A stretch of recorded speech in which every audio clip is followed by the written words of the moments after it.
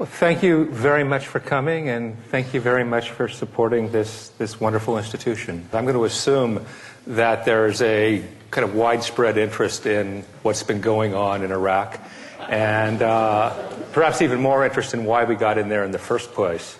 I'm going to, I think, challenge implicitly some of the common, this kind of consensus of what the war was about and what went wrong with the war. When I'm challenging what has gone wrong, I want to be clear. I'm not challenging that what people said went wrong did go wrong. What they said went wrong did. What I'm suggesting is that's not all there is to the story. The problems are deeper and in some ways inevitable given the project of regime change. So let me begin. There's a kind of common rap on what went wrong in Iraq that I call the Washington Consensus. It has been explained or elaborated most fully, I think, in a book by a journalist named Ricks called Fiasco, which I think is a wonderful book. It's also been developed by a number of journalists. It's essentially the view, I think, of the U.S. military. It's clearly the view of the American political class, involving, I think, every presidential candidate of 2008, with the exception of Senator Obama. What the standard argument is, I think, is that the problem with the war was that there was no plan. The problem with the war is that there were too few troops to occupy Iraq successfully. The problem with the war is rampant mismanagement. The problem with the war is that after the U.S. conquered Baghdad, the United States disbanded the army and de-Baathified the society. That is to say, we fired most senior administrators in the Iraqi state because they were members of the Ba'ath Party. What's implicit in this argument is that if we hadn't done those things, if we'd come in with more troops, if we had a better plan, if Rumsfeld, Donald Rumsfeld, former Secretary of Defense, had been a better manager, if the United States had not disbanded the army, and if we had not pursued de-Baathification, and in particular, if President Bush had been more attentive to the problems as they were emerging, then things would have been much, much more successful. The essential idea is the U.S. won the war and lost the occupation. There's two implications to this position that make me uncomfortable. The first is that it suggests that almost all the problems are attributable to how the United States chose to fight the war and the ensuing occupation. That is to say, the problem was not with the war itself, but with the way it was mismanaged by really the elite, the senior echelons of the Bush administration.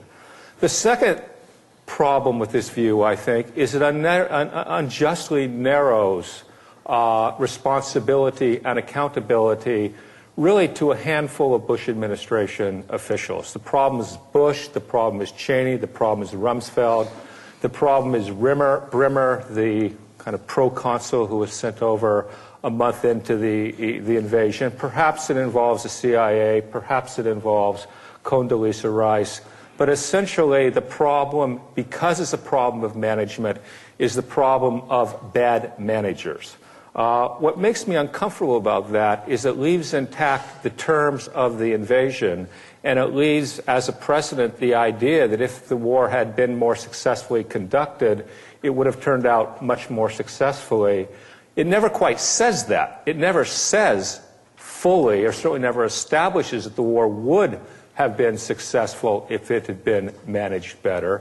But the sense of pointing to repeated 400, 500, 600-page books of fiasco after fiasco suggests that if only the U.S. had been more attentive, then surely the outcome would have been better. The problem for this, with this view for me, is I think it ignores the fundamental objective of the war. Now, we heard a lot at the time in 2002, 2003 about weapons of mass destruction. We heard a lot about alleged ties between Saddam Hussein and the Ba'ath Party on the one side and al-Qaeda and bin Laden on the other. And the justification, certainly the justification in terms of international law, was that the problem with Saddam was that he had weapons of mass destruction, that he'd used them in the past, and he was harboring these illegally in terms of the 1991 treaty ending Gulf War I.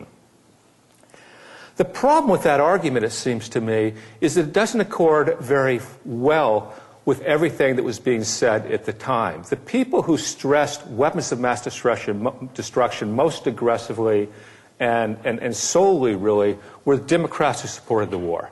The Bush administration always made a more nuanced argument. In fact, if you go back and look, they're making kind of, Bush himself, Cheney as well, are making two analytically distinct arguments. Now, I don't mean to suggest that he was consciously laying out argument one and argument two. There are real ways in which they blend together. But there were two arguments, and it's useful, I think, to remember what they were and to separate them out for analytic purposes. The first, obviously, was that Saddam had weapons of mass destruction and ties to al-Qaeda. That was a consistent refrain, a point made time and time again, and it carried a special force in the wake of 9/11. And I don't mean to minimize that point. But the equal, and in some ways more important argument that was being made by the Bush administration is that Saddam Hussein and his regime were evil. He was immoral, he was unjust, he was brutal, he was an evil man bent on doing evil things. Now, the thing is, if you're making both arguments, either argument is a sufficient justification for going to war from certain perspectives. Yes, he has weapons of mass destruction, but after all, a lot of other countries have weapons of mass destruction, including nuclear weapons, and we have absolutely no intention of invading, for example, the United Kingdom. Now, it is true the United Kingdom's weapons of mass destruction in the form of nuclear weapons are legal under international law, but it's also true that the reason we're not thinking about invading the United Kingdom is not just because the WMDs are legal, it's because the regime is regarded as fundamentally humane, just, democratic, benign. What made Saddam's weapons so terrifying in the kind of argument the Bush administration was making is precisely the character of the regime. Even, in other words, if Saddam had not had weapons of mass destruction, the moral argument for invading Iraq held. And it's one of the reasons I think Bush's rhetoric was so powerful and so persuasive and so effective back in 2002, 2003. He made both an appeal to interest, a national security argument about the unacceptability of Saddam maintaining weapons of mass destruction, and he made a moral argument about the evil, the oppressiveness, the brutality of the regime. Opponents of the war couldn't counter it. The effective opponents made realistic arguments that argue that the war was effectively stupid. Remember, that's what Obama says in his famous speech of October 2002. The war is dumb. Not that the war is wrong. The war is dumb because the consequences will be worse for us than the benefits. To say a war is dumb is a perfectly valid reason in international relations thought to avoid a war. But it's a much harder argument to make in American political culture because we want to be not only smart, but just and right.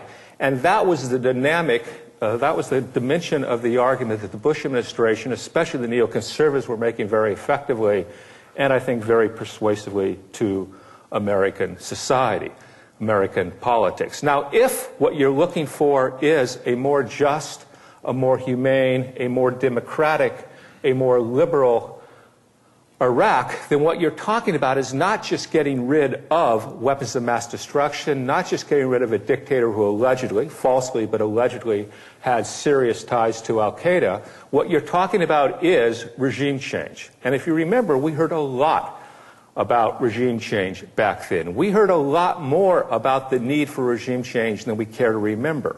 What's interesting about that emphasis on regime change is twofold for me. First, there was the word regime. Americans almost never use the term regime when we talk about politics. The only time I think we've talked about regime seriously was in the context of the Cold War when the Soviets were said to have a regime. But we would not normally talk about the French regime or the American regime or the British regime. Regimes are kind of a bad thing, we think, or we infer, because it's a term that's used in conjunction with societies that are said to be bad, but it's not a word we use very much. So when I began thinking about this, I began thinking, why do they keep talking about regime change? As much as more than they were talking about democracy. Just by way of background, the United States formally adopted in October of 1998, 3 years before 9/11, 2 years before Bush becomes president, a policy of regime change in Iraq. It was not the Bush administration that thought up the idea of regime change in Iraq. It was the Bush administration that did it, but it was not the Bush administration that pushed the idea. Why was the U.S. pushing the idea, and more particularly, why the word regime? And most especially, what's the word mean? If we're going to do regime change in Iraq, it would seem to behoove us to have a clear idea not only of what regime change means, but what a regime is. And I began looking at this and getting more and more perplexed, because everybody used the term and nobody defined it. And then when I would read what people meant by it, they seemed to kind of group into three categories. The first is what I call decapitation. That's the way Rumsfeld would talk about it. That's the way I think the CIA definitely talked about it. I think it's kind of what Big Oil had in mind insofar as Big Oil saw some attraction in a war in Iraq. The idea of decapitation is get rid of Saddam. That's it. Get rid of Saddam, get rid of his henchmen, get rid of some of his cronies, but essentially leave the power structure in Iraq intact, having decapitated the regime in the form of the specific removal of Saddam Hussein from power. The second definition, which is one that kind of Tony Blair used a lot. Remember, Tony Blair was a very important influence on American public opinion, a foreign leader, a great Democrat, Prime Minister of Britain, a very close associate of the Clinton administration. Blair and Bill Clinton also, when he comes out in favor of the war, used regime change in a second and much different sense. For them, the idea was essentially the problems in Iraq emanated from Saddam Hussein. Saddam was the problem, but more broadly, the Ba'ath Party, Saddam's party that Saddam had effectively taken over in the course of the 1970s and 1980s. The problem was the Ba'ath Party. So regime change in this sense, which is never made altogether explicit, but shows up in kind of casual comments by people like Blair, people like Bill Clinton, is that what you need to do is get rid of the regime and allow Iraqi society to represent itself in government. It's essentially a liberal notion of democracy. Democracy is a form of government that's fundamentally about representing private interests in government. The interests may be economic, the interests may be regional, the interests may be social, but the idea is essentially what you want is a government that represents, that reflects society. Now, not perfectly reflecting it. You do want a government that can impose order. You do want a government that can behave cohesively and coherently. But the idea is essentially that what democracies are forms of government that represent society. Now, look at the differences between regime change 1, decapitation, and regime change 2, what I call liberal emancipation. Regime change 1 is you get rid of Saddam, get rid of a few generals, get rid of a few torturers, and then stand aside. What it means effectively is that Iraq would be governed by some kind of military dictatorship, ideally by generals who were not too implicated in the crimes of the Ba'ath Party regime, but there would be minimal social and political transformation. Regime change 2, which is a kind of more liberal image that tends to come out of the British Labour Party and the American Democratic Party, suggests that what we needed to do was free up the society to express itself. Now, I've never used technology when I talked before. They keep trying to encourage us. And I was told that the audience would not have that many people that much younger than me. So I thought, well, maybe now is the time when I can begin to try to use technology. And so this is the first time. There are 4 names. Bernard Lewis, I'm not sure how many of you have heard of him. Bernard Lewis is a very, very eminent professor of Islamic studies at Princeton University. His op-eds appear very frequently, especially in the Wall Street Journal editorial page. He met frequently with Vice President Cheney in the prelude to the war. He's the man who coined the term War of Civilization. He writes a book called What Went Wrong that appeared shortly after 9/11. The book was essentially written before 9/11, but there is an afterword and conclusion tacked on after 9/11. And he lays forth in this book what he thinks, I think, are his key lessons he's learned about Islamic study from having studied in Islamic societies now for 45, 50 years. He is clearly one of the 2 or 3 biggest academic names in academic studies of Islam. He makes a very interesting and, in many ways, very frightening argument in the book called What Went Wrong. What he wants to argue is that Muslims really hate us.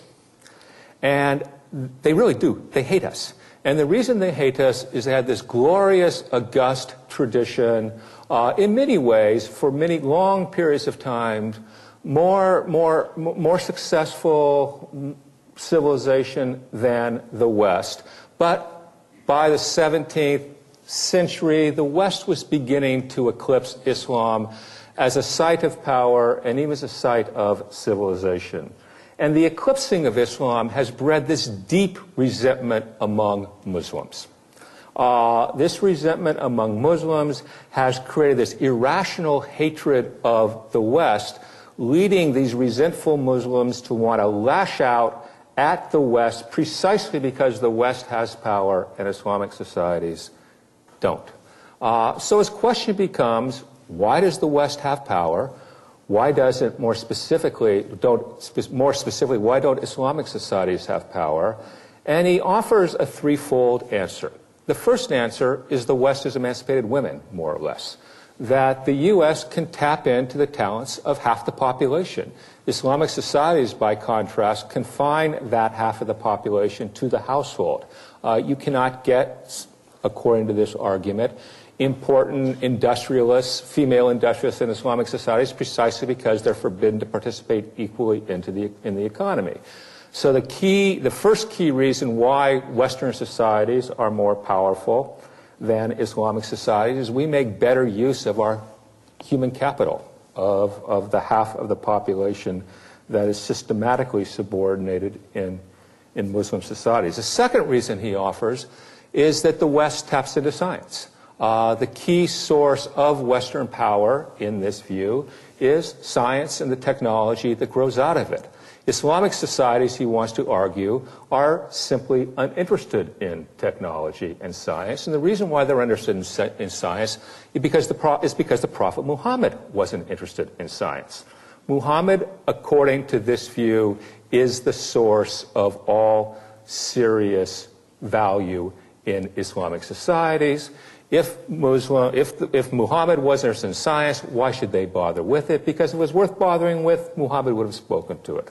But the most important reason that Lewis offers is that the West has developed secularism and Islamic societies forbid secularism. It's not just that they don't have it.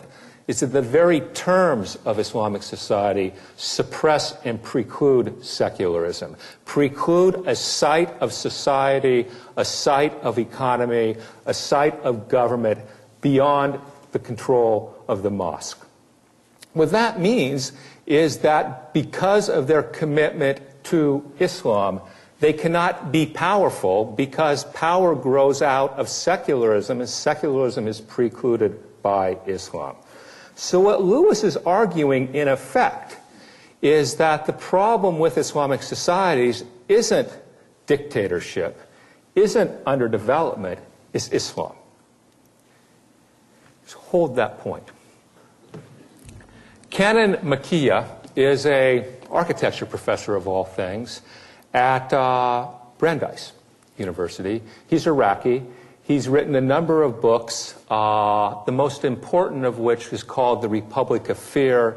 It was published in 1998 and was much adopted by neoconservatives, but not just neoconservatives, also more broadly by liberals.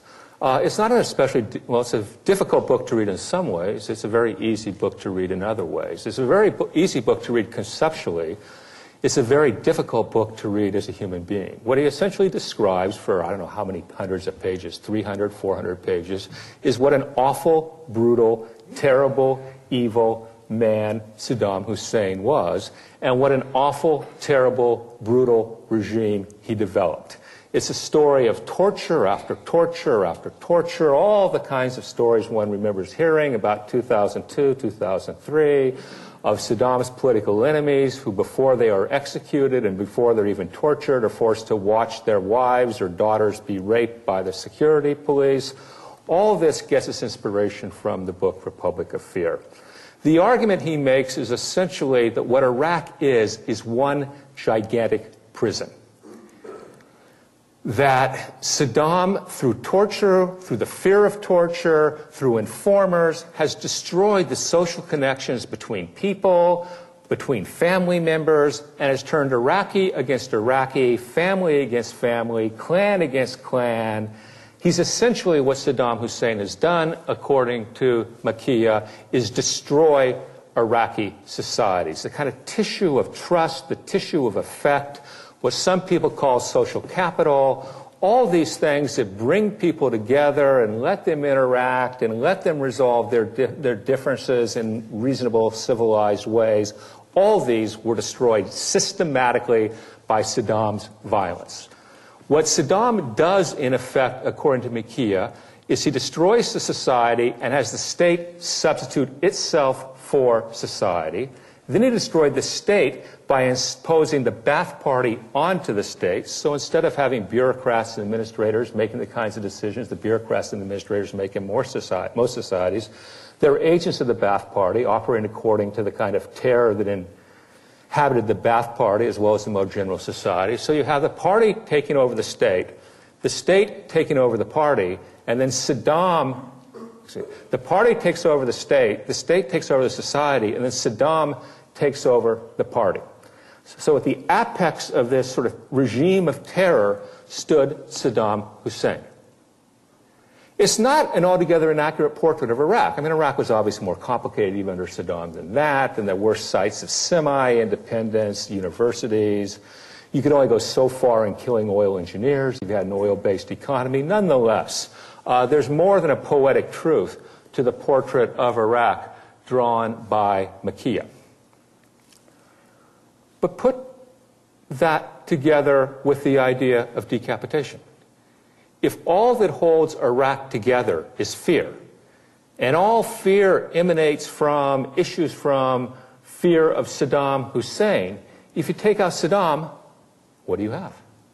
You do not have the image of Iraq that the Tony Blairs and the Bill Clintons want to entertain, of a society that is essentially coherent, that is essentially viable, that is essentially functioning, but oppressed by a totalitarian dictatorship. In the kind of Blair-Clinton conception, you can peel off Saddam, and society will regenerate itself. Maybe not overnight, but before too long.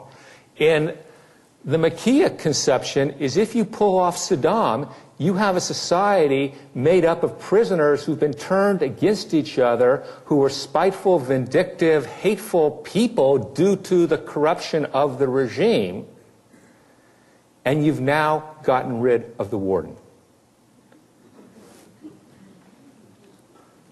Think about this argument, too, in the context of Bernard Lewis. What could conceivably hold Iraq together in the absence of the totalitarian, spiteful, despot, tyrannical, evil Saddam Hussein would be religion. I mean, that's actually a very, very powerful human bond. In Iraq, unfortunately, it doesn't always unify people. It divides them as much as that unites them. But at least you will have some kind of social cohesion.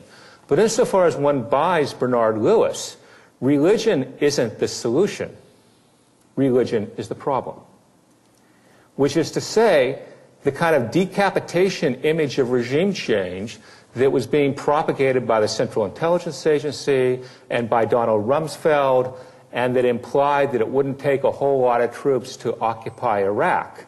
That argument collides with both the truth but with both the position of Bernard Lewis and the logic of Micaiah, both of whom, I emphasize, were taken very seriously by the architects of the war, and most especially by neoconservatives.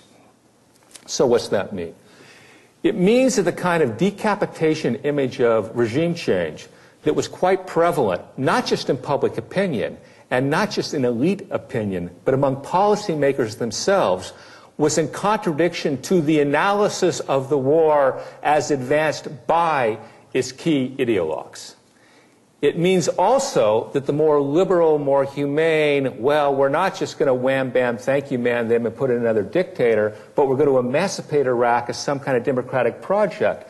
The kind of ways that Bush talked, the kind of ways that Tony Blair in particular talked, that also runs afoul of the analysis of Iraq as developed by two of its key, if not the two key ideological exponents of the war in Iraq. So we're left with a political philosopher by the name of Leo Strauss. I'm going to assume that most of you have not heard too much of Leo Strauss. I was originally started my graduate school career as a political theory graduate student. I later drifted into other things as a result of interest in things like Northern Ireland. But Leo Strauss was kind of the arch rival of my tradition of political theory. There was the Berkeley School and there was the Chicago School. And Leo Strauss, who was a very eminent political theorist and a very smart man, it turns out the more I read him, much more similar to my teachers than either side was willing to acknowledge, is in many ways the godfather of modern neoconservatives. William Crystal, whom many of you see on TV often, the op-ed writer for the New York Times, is a Straussian. Not a direct student of Leo Strauss, but a student of a man named Harvey Mansfield, who himself was a student of Strauss. Now, why am I mentioning Strauss? Well, one would often hear about how neoconservatives were Straussians, and in some ways that's true, and in some ways it's not true. Straussians are very, very elitist and very, very hierarchical, and they have circle inside circle inside circle. It's important for the people in the inner circles to know. It's not so important for the people in the outer circles to know the philosophy of what's going on. It's merely important that they be technicians for the thoughts of the philosophers. The reason Strauss is so important in the context of Iraq is not that anything he did. He passed away in, was it 1970, 1972. The reason he's so important is that he is the individual, I think, who's most responsible for reviving the term regime. When people started talking about regime change, it was neoconservatives. And when they were talking about regime change, what they had in mind was a word, a term resuscitated by Leo Strauss, an important political philosopher, but hardly the leader of a mass movement. Strauss borrows the word regime, translates the word regime from the ancient Greek word politia. I don't know how many of you read at Williams or elsewhere Aristotle's Politics or Plato's Republic. In Greek, it's not called the Politics, and it's not called the Republic. It's called the Politia. Both books are called the Politia. What regime is for Straussians is a translation of the word Politia. And what Politia is not what we think of when we hear the word regime. I won't go much more into Straussians, but I will say this. They are not liberals. And I mean that in the deep sense. They fundamentally do not believe that the purpose of government is to represent society. What they believe the purpose of government is to provide public purpose, to educate, to ennoble, to make people better than they would be otherwise, oftentimes not by educating people directly, but by developing and initiating an elite. Think Plato's Republic here, right? The philosopher king acts through the auxiliaries, the warrior class, John McCain, which in turn acts upon the craftsman, the bronze, and so on and so forth. The idea of politia is that what a politia is a way of life. It's not just society, it's not just economy, it's the soul of a city, to borrow the term of one of the most important Straussians. It's the set of values that the society honors and esteems. In other words, it is, to quote, I think it was Jerry Ford, the whole ball of wax. What a regime is everything, but power in the regime operates from the top down. It operates from the state to the society. It doesn't work from the bottom up, the society to the state, in the way that liberals, as a classic tradition of Western thought, typically have it, or an Adam Smith has it, where kind of markets generate a society and relations between people. What makes a society coherent, what makes a society a regime, is from the top down. And the problem with Iraq is that the top had corrupted the bottom. Think Bernard Lewis, think Mayakia. What that means is that once you take out Saddam, there is nothing to hold the society together. There is no politia. It has to be instituted from the top down, but there's no top to enact it. So what it has to do is come from the outside in and then the top down. And when you're talking about from the outside in and then the top down, in the context of the Middle East, an Arab country in the Middle East in the years 2002, 2003 to 2007, 2008, you're talking about something that really is very close by the logic of the notion of regime change to a war of civilization. You're essentially saying that the problem with Iraq is civilization. Whether you inflect it with the corruption of the Mayakia sees as issuing from Saddam, or that Lewis sees as issuing from Islam, you're saying you have to change everything. Everything. And what you have to begin doing as part of this change is breaking political power.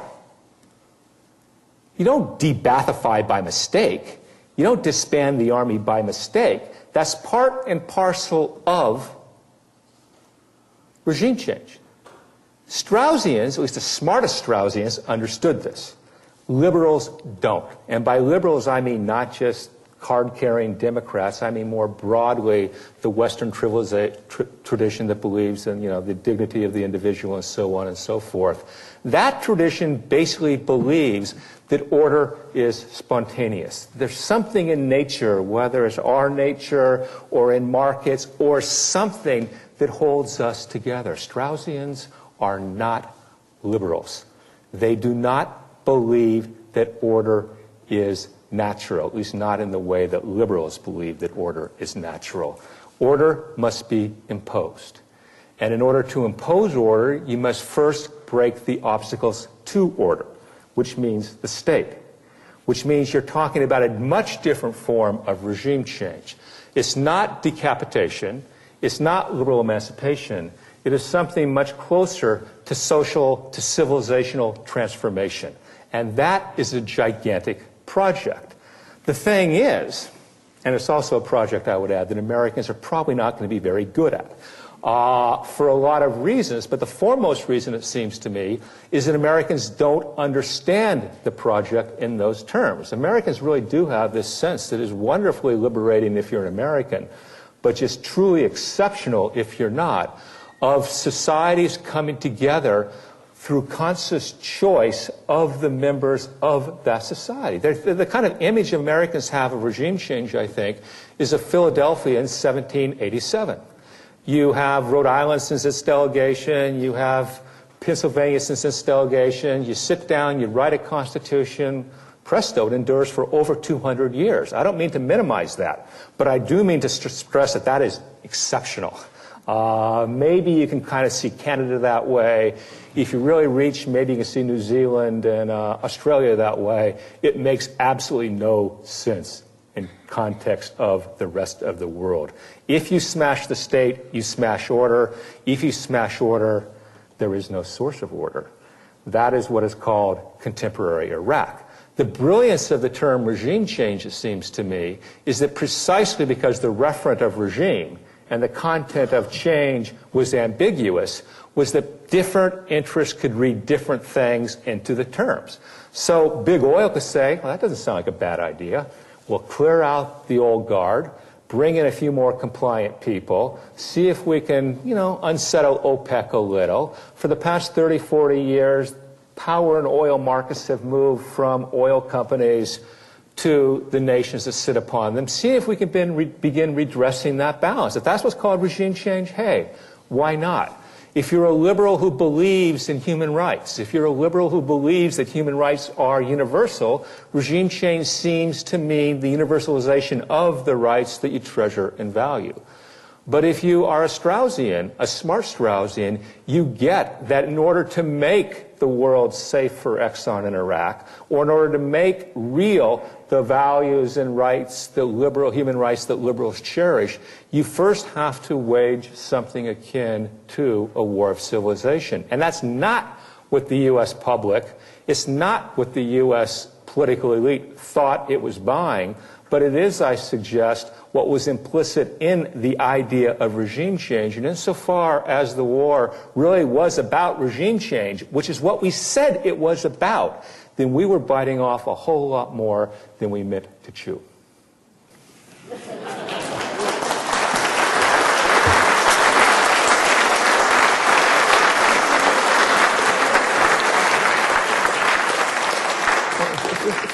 Thank you. Any comments? Any fruit you'd like to throw? Questions? Yeah.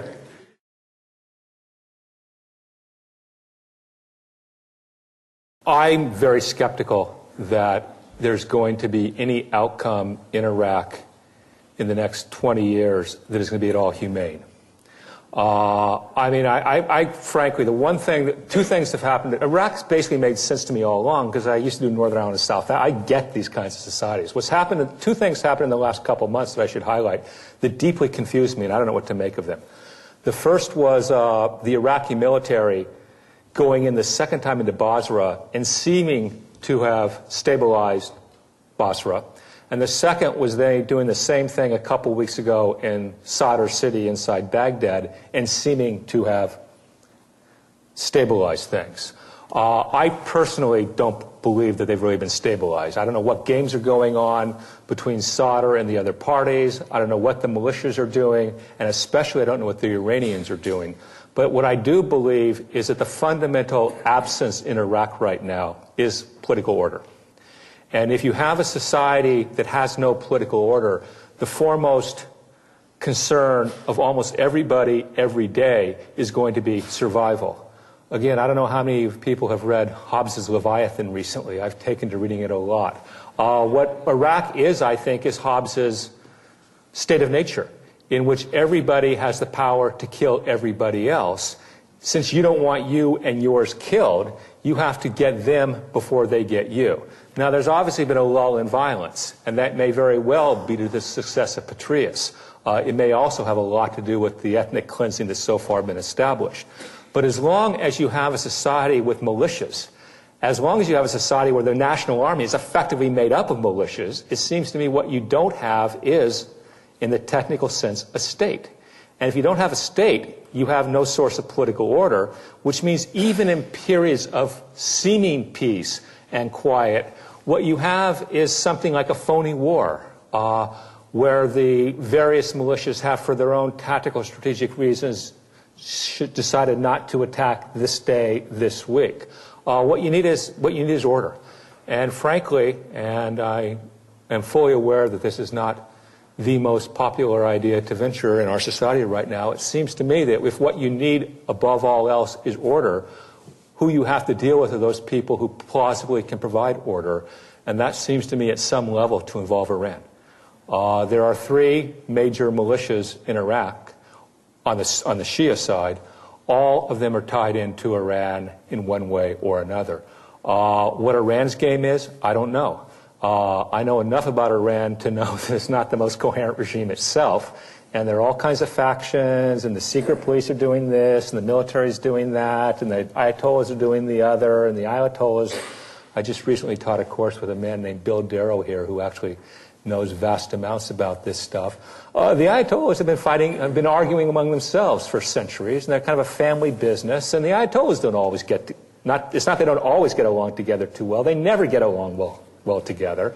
You throw a theocracy on top of a kind of semi-modern state and the Republican Guard and the secret police, and that's called Iran, and they're the people who control or influence a lot the militias. It seems to me you've got to deal with them one way or the other because they have the power to wreck whatever you want to do.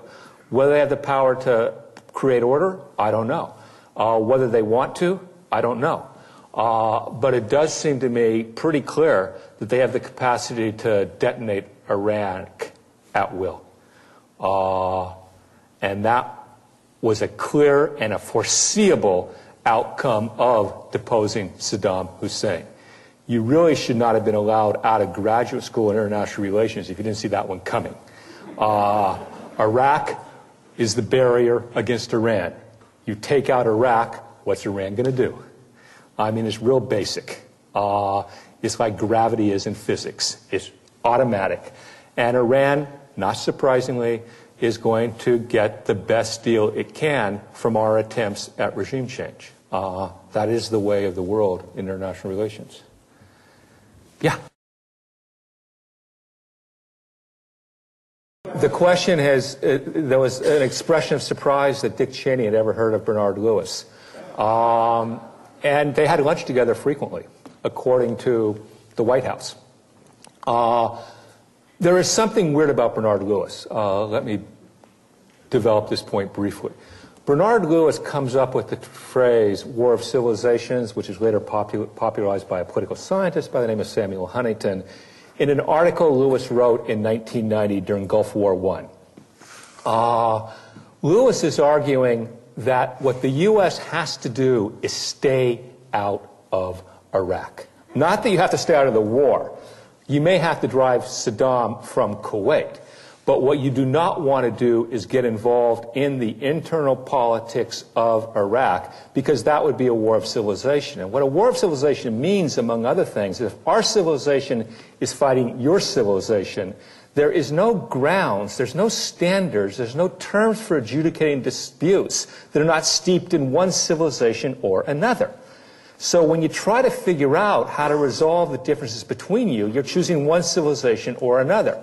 What Lewis saw was that was a no-win situation. You may want to drive Saddam out of Kuwait. That made a lot of sense for a lot of reasons. But to get involved in trying to do what's called nation building in Iraq was a recipe for disaster. Lewis flips in the 1990s, and he becomes a proponent of regime change, I don't know when, by the mid-late 90s. What's fascinating to me is that his logic explains why it would fail. There is nothing in his argument that suggests you have a whit of a chance of success. And yet he opted for it anyway. One could ask why. But Cheney was getting out of Lewis arguments to go to war. It was essentially that what Lewis was arguing, the kind of stuff I'm sure Cheney picked up on, was the claims that Islam hated the West for who we are. The phrase, they hate us for who we are, remember that one? That comes out of Lewis, I believe. I'm not certain it does. He uses it a lot. I believe he invents it. But that's what Cheney was picking up on. The idea that Islamic societies were irreconcilably hostile to American power. Now, I don't think Cheney particularly cared about a war of civilization, and I don't think Cheney particularly cared about transforming Iraq into a democracy. I think Cheney was interested in breaking the power of the Iraqi state, because if you break the power of the Iraqi state, you have more scope for American power. I think what Cheney was a hyper-nationalist, hyper-realist. But what he wasn't was a very smart realist, because absolutely core to the tradition of realism that comes out of people like Kissinger and George Kennan and so on and so forth is the idea of proportionality and the idea of limits. And the whole kind of Cheney idea is that after the Cold War, the U.S. is the only power. That is to say, there's no limits on us, except he's wrong. All human activities are limited, if only by our humanity. And what he picks up from, so I think what he picks up from Lewis is the argument that we have to get them before they get us. And by then, Lewis had forgotten the caution that's implicit in his broader analysis for reasons that I don't fully understand. What would you do about Iraq if you were president? What would I do if I were Iraq if I was president? You know, I spent a lot of time blaming the people who got us into it. That's what I would do. I mean, I think one of the key things that's happened to begin with, to repeat the point I began with, is there's been a series of arguments that have located blame all the failures on Bush, Cheney, and Rumsfeld. And again, I'm not saying they don't deserve a lot, but people who voted for the war should have known better. They really should have. What I would do is I would essentially try to deal with the need to establish some kind of political order, which means both fighting rival militias, but also trying to come up with international kind of context for dealing with it that inevitably has to involve Iran, I think. The problem is right now that cannot be said in American politics. I don't know what a solution in Iraq would look like, but what a solution without Iran is just inconceivable to me, because Iran has the power to wreck any solution. So unless the U.S. chooses to remain in Iraq for the rest of my life, and I hope not for the rest of my children's life, you're going to have to deal with the people you're going to have to deal with, and that involves Iran. The problem with that, besides the fact that Iran is not, the friendliest country in the world, is that's going to flip out the Saudis, and it's going to flip out the Sunnis inside Iraq. So at some level, you've got this very difficult, if not impossible, balance to strike between the Sunnis and the Shia, with Iran gaining as a result of the war, with an American polity that is determined to demonize Iran and refuse to talk to them. But there are a lot of reasons I'm not president of the United States. But among them is the idea, I don't know what to do about it. I'd blame Bush a lot. I'd blame a lot of people, yeah.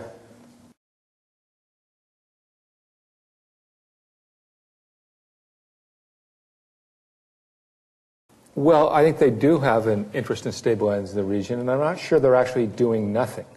The problem is what they're doing is trying to build up this power of the Sunni population inside Iraq, both out of some kind of, I think, religious solidarity and out of some kind of convergence of geopolitical interests.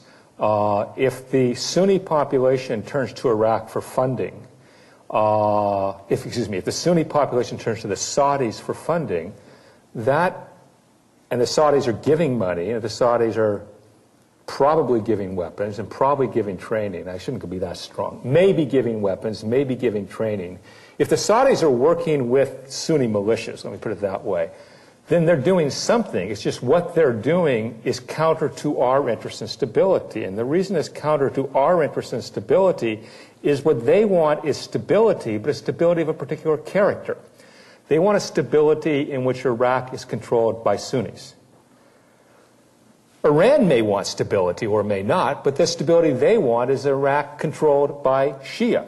So both sides can want stability, but unless they can agree on the terms of stability, they're going to fight it out. And my guess is they'll continue to fight it out through their proxies until such time as the various sides are exhausted and or somebody wins and somebody loses. It was mentioned early on that I used to do Northern Irish stuff. I mean, the British send their army to Northern Ireland in August of '69. By 1973, they'd figured out how they fouled up the first 4 years and had come up with a plausible solution for Northern Ireland, which was more or less ultimately adopted. But it wasn't adopted for another 34 years. Even after the British had figured it out, and even after the British stopped deepening the problem, it still took 34 years to cut the deal, or to get the various parties signed on to the deal that had essentially been envisioned in 73, 74. It's much easier to break a regime than to develop a new one. So for what you do with Iraq, first of all, it seems to me, is blame the people who got into it so you don't get into it again. And then you try to essentially narrow the regional instability that will grow out of chronic instability inside Iraq. And that means ultimately the militias have to go away. But the militias are not just going to sign over their arms happily. They're going to keep their arms, and they're going to try to get more power by virtue of their arms. And my guess, and I'm just guessing here, is there's a whole lot of 22-year-olds who have power when they have an AK-47, but don't have power if they don't have the AK-47. And they're not going to be too eager to hand over the weapon, which is a source of prestige, money, women, whatever, even to the village elder who wants to disarm them in order to cut the deal with. Once everybody's got a weapon, in the absence of an effective state, you've got a country like Congo, Sierra Leone, Liberia. That's what you've got, with this difference. It's in the middle of the oil patch. Yes? What did you comments by senior American generals and military about 2 years ago? What did I make of the comments by when they were blaming Rumsfeld?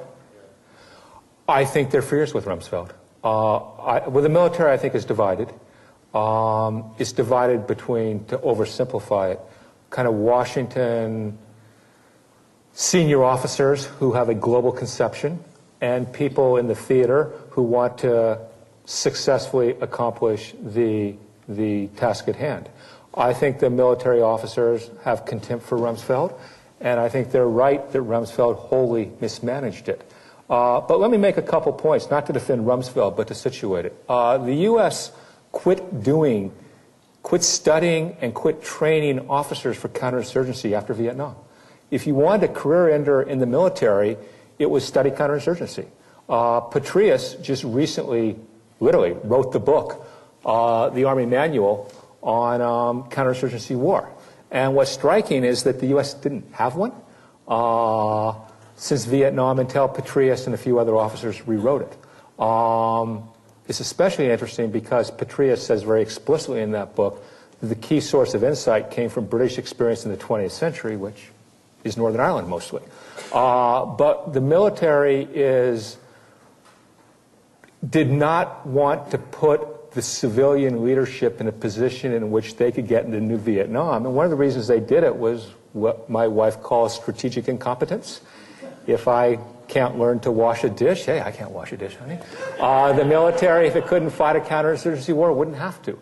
And the civilian leadership, and this encompasses Reagan, Bush Sr., and Bill Clinton, let the military more or less get away with it. I'm oversimplifying it to some extent. But the military rightly blames Rumsfeld, but also put itself in a position where it did not know how to fight these kinds of wars if they had to. I mean, the key thing, and the military has good reason, I mean, the key thing for military, right, is maximum available force. That's how you fight wars. That's the Powell Doctrine, right? Come in with everything you got and blow the enemy away. That doesn't work in these situations. You need minimum necessary force. It's much more like being a police officer. And the military spent a lot of time learning how to train people in order to fight a particular kind of war.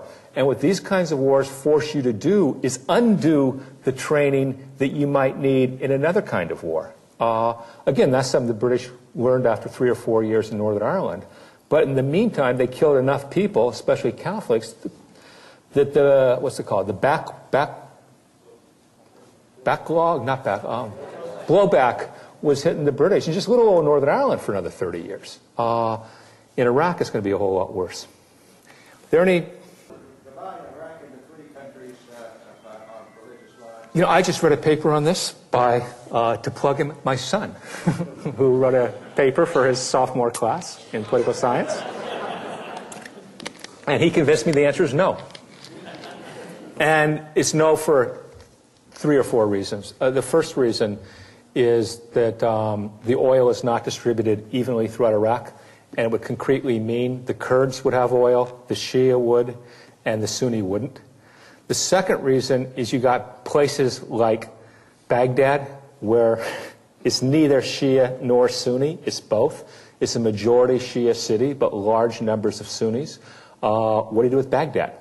The third reason is that even if this should develop, Joseph Biden is one of the people who really pushes this. Even if this is the rational solution, it has to emanate, it seems to me, from the Iraqis themselves. The Iraqis plausibly can see this as an attack on the Arab state. And if the U.S. follows an attack on the Arab state with an attempt to partition Iraq, an ancient Arab civilization, they're going to be upset for a very long time. And one of the things about Americans is we have short memories. One of the things about other peoples is they often have very, very long memories. After we've forgotten we have partitioned Iraq, there may be some people in that part of the world who not only remember it, but are very bitter about it.